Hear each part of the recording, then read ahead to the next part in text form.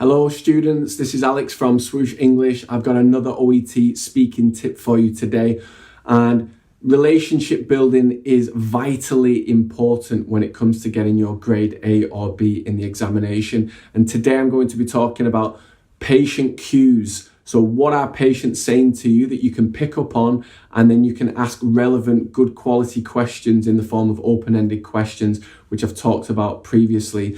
So for example, a lot of students who don't do the role play correctly, who are scoring those C pluses and C's, which obviously you don't want, are the ones who are not really actively listening to what the patient or the carer is telling them. So for example, a patient might say, "Yes, doctor, I've had a lot of pain in my stomach recently," and etc., etc., etc.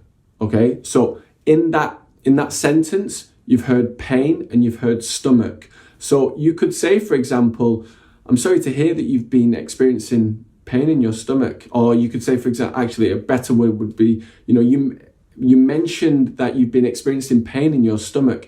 Can you tell me specifically whereabouts you're feeling that pain? Is it on the left side or the right side, etc.?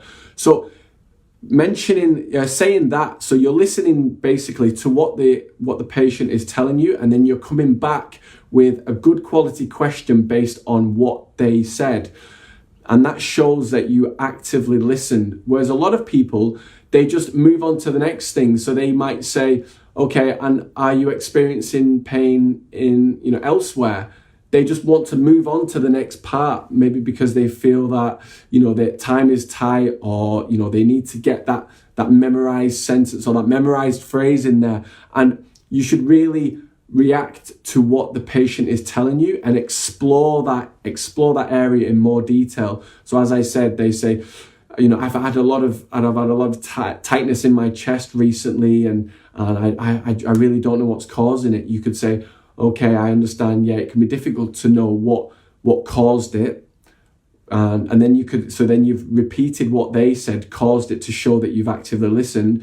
What I'm going to do now, I'm going to find out why you might be experiencing that. And the first thing I want to ask is, etc., etc., etc. So then you're exploring that in more detail, and you're then able to get them to give you the information that you need in order to correctly diagnose their symptoms and what kind of course of treatment you should be providing them. So it's all about eliciting information that I mentioned previously in a previous video, and then actively listening and then picking up on those patient cues. And if you don't listen carefully and you're only thinking about what you want to say next, then you won't pick up on those patient cues. So what are those key words?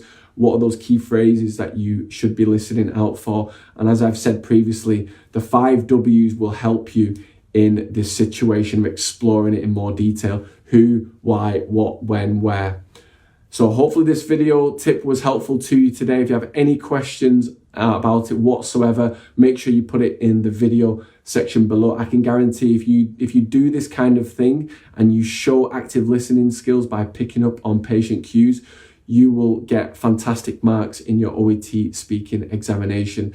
So make sure you go to swooshenglish.com for more OET speaking tips and reading, writing, listening, as well as we've got a free OET video course available for you to download.